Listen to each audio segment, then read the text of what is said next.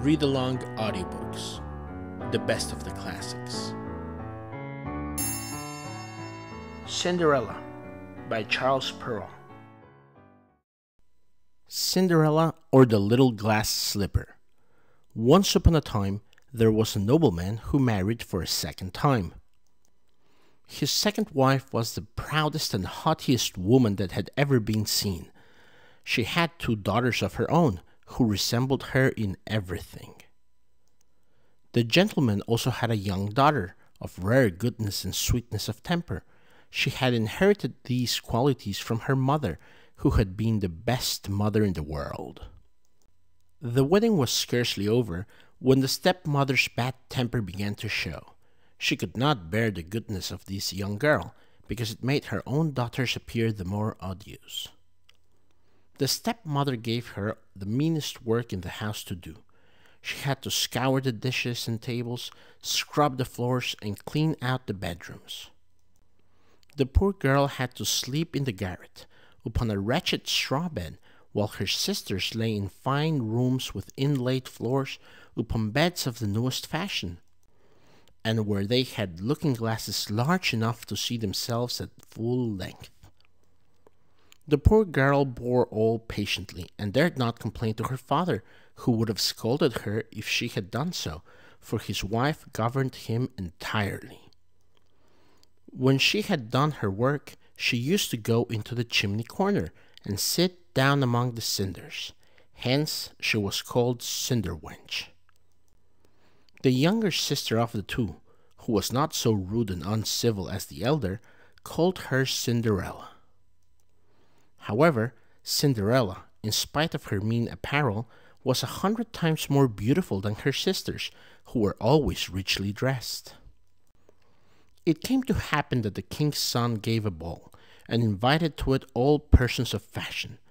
Our young misses were also invited, for they caught a very grand figure among the people of the countryside. They were highly delighted with the invitation, and wonderfully busy in choosing the gowns, petticoats, and headdresses that would best suit them. This made Cinderella's lot still harder, for she had to iron her sisters' linens and plait their ruffles. They talked all day long of nothing but how they would be dressed. "For my part," said the elder, "I will wear my red velvet suit with French trimmings." "And I," said the younger, "will wear my usual skirt. But to make amends for that, I will put on my gold-flowered mantle and my diamond stomacher, which is far from being the most ordinary one in the world." They sent for the best hairdressers they could get to make up their hair in fashionable style, and bought patches for their cheeks. Cinderella was consulted in all these matters, for she had good taste. She advised them always for the best, and even offered her services to dress their hair, which they very much agreed she should do. As she was doing this, they said to her, "Cinderella, would you not be glad to go to the ball?" "Young ladies," she said, "you are only making fun of me. It is not for me to go there." "You are right," they replied. "People would laugh to see a Cinderwench at a ball." Anyone but Cinderella would have dressed their hair awry, but she was good-natured and arranged it perfectly. They were so delighted they almost did not eat for 2 days. They broke above a dozen laces in trying to lace themselves tight to have a fine slender shape, and they were continually at their looking-glass. At last the happy day came. They went to court, and Cinderella followed them with her eyes as long as she could, and when she had lost sight of them, she fell crying. Her godmother saw her all in tears, and asked her what the matter was. I wish I could, but she could not finish for sobbing. Her godmother, who was a fairy, said to her, "You wish you could go to the ball, is it not so?" "Alas, yes," said Cinderella, sighing. "Well," said her godmother, "just be a good girl, and I will see that you go. Then she took her into her chamber and said to her, "Run into the garden and bring me a pumpkin." Cinderella went at once to gather the finest she could get and brought it to her godmother, although she could not imagine how this pumpkin could help her go to the ball. Her godmother scooped out all the flesh and seeds inside, leaving nothing but the rind. Then she struck it with her wand, and the pumpkin was instantly turned into a fine gilded coach. She then went to look into the mousetrap, where she found 6 mice, all alive. She ordered Cinderella to lift the trapdoor. As each mouse went out, she gave it a little tap with her wand, and it was turned into a fine horse. The 6 mice made a fine set of 6 horses of a beautiful mouse-colored dapple gray. Being at a loss for a coachman, Cinderella said, "I will go and see if there is not a rat in the rat trap, which we may make a coachman of." "You are right," replied her godmother. "Go and look." Cinderella brought the rat trap to her, and in it there were 3 huge rats. The fairy chose the one which had the largest beard and touched him with her wand. He turned into a fat coachman with the finest moustache and whiskers ever seen. After that, she said to her, "Go into the garden, and you will find 6 lizards behind the watering pot. Bring them to me." She had no sooner done so than her godmother turned them into 6 footmen, who skipped up immediately behind the coach, their liveries all trimmed with gold and silver. And they held on as if they had done nothing else their whole lives. The fairy then said to Cinderella, "Well, you see here a carriage fit to go to the ball in. Are you not pleased with it?" "Oh, yes," she cried, "but do I have to go as I am in these rags?" Her godmother simply touched her with her wand, and, at the same moment, her clothes were turned into cloth of gold and silver, all decked with jewels. This done, she gave her a pair of the prettiest glass slippers in the whole world. As she got into the carriage, her godmother commanded her, above all things, to return before midnight, telling her that if she stayed 1 moment past that time, the coach would be a pumpkin again, her horses mice, her coachman a rat, her footmen lizards, and her clothes would become just as they were before.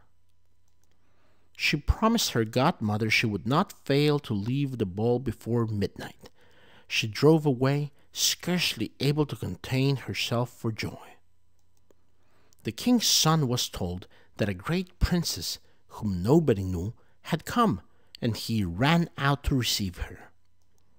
He gave her his hand as she stepped down from the coach, and led her into the hall where the company was assembled. There was at once a profound silence. Everyone stopped dancing, and the violins ceased to play, so attracted were they all by the singular beauty of the unknown newcomer. Nothing was heard but a confused sound of voices saying, "Ha! How beautiful she is! Ha! How beautiful she is!" The king himself, old as he was, could not keep his eyes off her, and he told the queen under his breath that it was a long time since he had seen so beautiful and lovely a creature.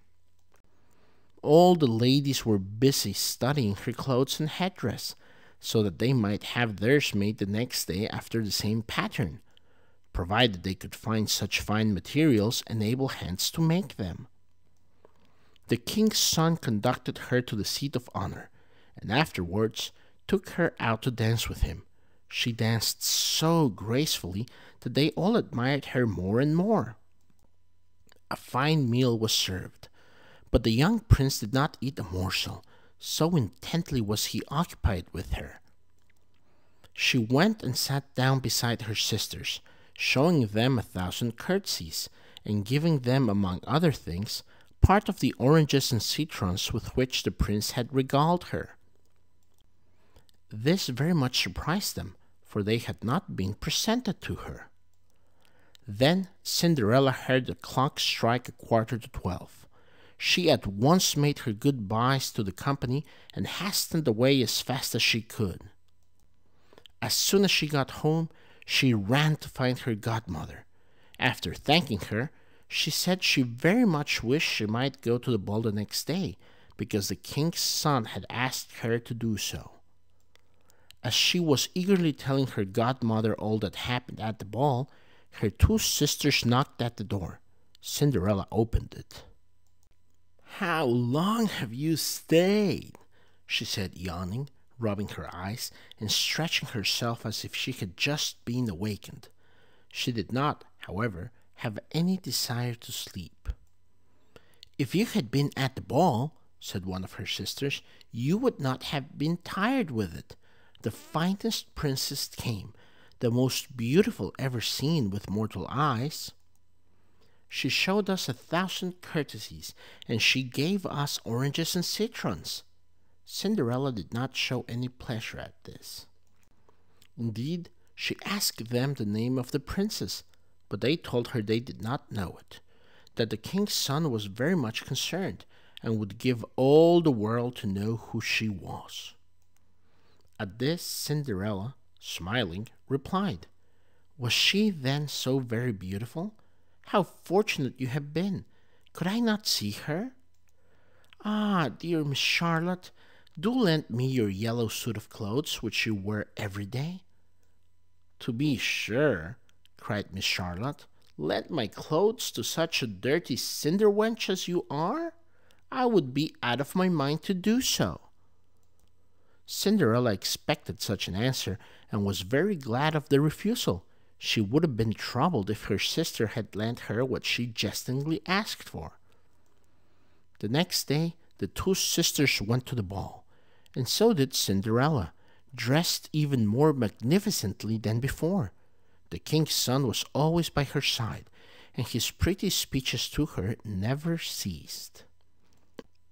She was by no means annoyed, and indeed she quite forgot her godmother's orders. She heard the clock begin to strike 12, but thought it could not be more than 11. When the young lady realized it was midnight, she then rose up and fled, as nimble as a deer. The prince followed, but could not overtake her.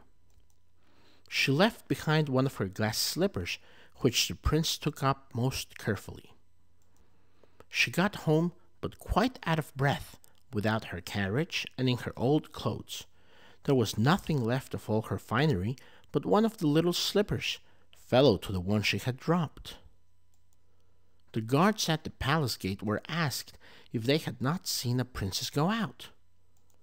They replied that they had seen nobody go out but a young girl, very meanly dressed, and who had more the air of a poor country girl than of a young lady. When the two sisters returned from the ball, Cinderella asked them if they had had a pleasant time, and if the fine lady had been there. They told her yes, but that she hurried away the moment it struck 12. With so much haste that she dropped one of her little glass slippers, the prettiest in the world, which the king's son had taken up. They said that he had done nothing but look at her all the time, and that most certainly he was very much in love with the beautiful owner of the glass slipper. What they said was true. A few days after, the king's son caused it to be proclaimed, by sound of trumpet, that he would marry the young lady whose foot would fit the slipper perfectly. They began to try it on the princesses, then on the duchesses, and then on all the ladies of the court, but in vain. It was brought to the two sisters, who did all they possibly could to thrust a foot into the slipper, but they could not succeed. Cinderella, who saw this, and knew her slipper, said to them laughing, "Let me see if it will fit me." Her sisters burst out a-laughing, and began to tease her. The gentleman who was sent to try the slipper looked earnestly at Cinderella, and finding her very beautiful, said it was fair that she should try, that he had orders to let every lady try it on. He asked Cinderella to sit down, and, putting the slipper to her little foot, he found it went on very easily, and fitted her as if it had been made of wax. The astonishment of her two sisters was great, but it was still greater when Cinderella pulled out of her pocket the other slipper and put it on her foot. At that moment, her godmother came in. She touched Cinderella's clothes with her wand, and made them more magnificent than those she had worn before. Now her two sisters recognized her as the beautiful lady they had seen at the ball. They threw themselves at her feet to beg pardon for all their ill treatment of her. Cinderella took them up, and as she embraced them, said that she forgave them with all her heart, and begged them to love her always. She was conducted to the young prince, dressed as she was. He thought her more charming than ever, and a few days after married her. Cinderella, who was as good as she was beautiful, gave her two sisters a home in the palace, and that very same day married them to two great lords of the court. The end. Beauty in a woman is a rare treasure, which we are never weary of admiring. But a sweet temper is a gift more fair, and better worth the youthful maid's desiring. This was the boon bestowed on Cinderella by her wise godmother, her truest glory. The rest was naught but leather and prunella. Such is the moral of this little story. Beauties that charm become you more than dress, and win a heart with far greater ease. In short, in all things to ensure success, the real fairy gift is a good nature. Talent, courage, wit, and worth are rare gifts to own on earth, but if you want to thrive at court, at least so the wise report, you will find you need some others, such as godfathers or mothers.